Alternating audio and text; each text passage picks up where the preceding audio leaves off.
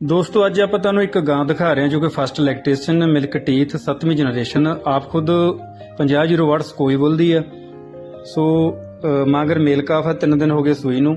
ਜਿਸ ਭਰਾ ਨੇ ਲੈਣੀ ਆ ਵਧੀਆ ਬਰੀਡ ਵਾਲੀ, ਘੱਟੋ ਘੱਟ 25 ਲੀਟਰ ਦੁੱਧ ਦੇਣ ਦੀ ਕੈਪੈਸਿਟੀ ਰੱਖਦੀ, ਇਦਾਂ ਦੀ ਵੈੜ ਲੱਖ, ਸਵਾ ਲੱਖ, 1.5 ਲੱਖ ਦੀ ਜੇ ਕਿਸੇ ਭਰਾ ਬਰੀਡਰ ਕੋਲੇ ਹੋਵੇ ਤਾਂ ਵੇਚੂਗਾ। ਸੋ ਤੁਸੀਂ ਆਪ, ਮੈਂ ਵੈਸੇ ਪਹਿਲੀ ਵਾਰ ਵੇਚ ਰਿਹਾ, ਸੂਈ ਹੋਈ ਗਾਂ ਨਹੀਂ, ਮੈਂ ਕਦੇ ਵੇਚੀ ਨਹੀਂ ਹੈਗੀ। ਸੋ ਕਿਸੇ ਭਰਾ ਨੇ ਲੈਣੀ ਹੋਈ ਦਿੱਤੇ ਨੰਬਰ ਤੇ ਤੁਸੀਂ ਸੰਪਰਕ ਕਰਕੇ ਪੂਰੀ ਡਿਟੇਲ ਅੱਗੇ ਵੀ ਲੈ ਸਕਦੇ ਹੋ।